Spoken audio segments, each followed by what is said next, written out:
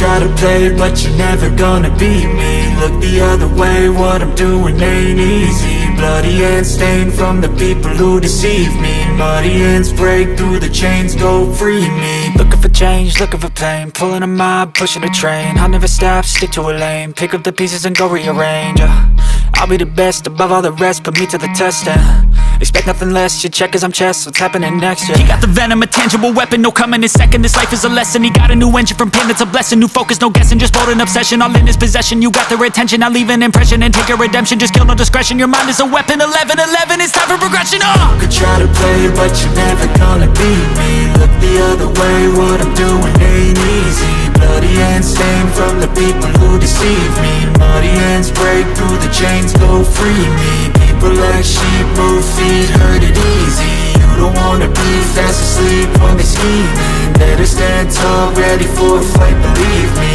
When they try the chains, you can say no, free me. So he's been looking for somebody who could save him, instead of searching inside for what they gave him. A strong will, strong mind causes mayhem. We could change the world, change times, rearrange them. Staying on pace, running the race. Life is a chase, I don't want a place, I wanna be first. Work till it hurts, dehydrated thirst till I'm in a hearse.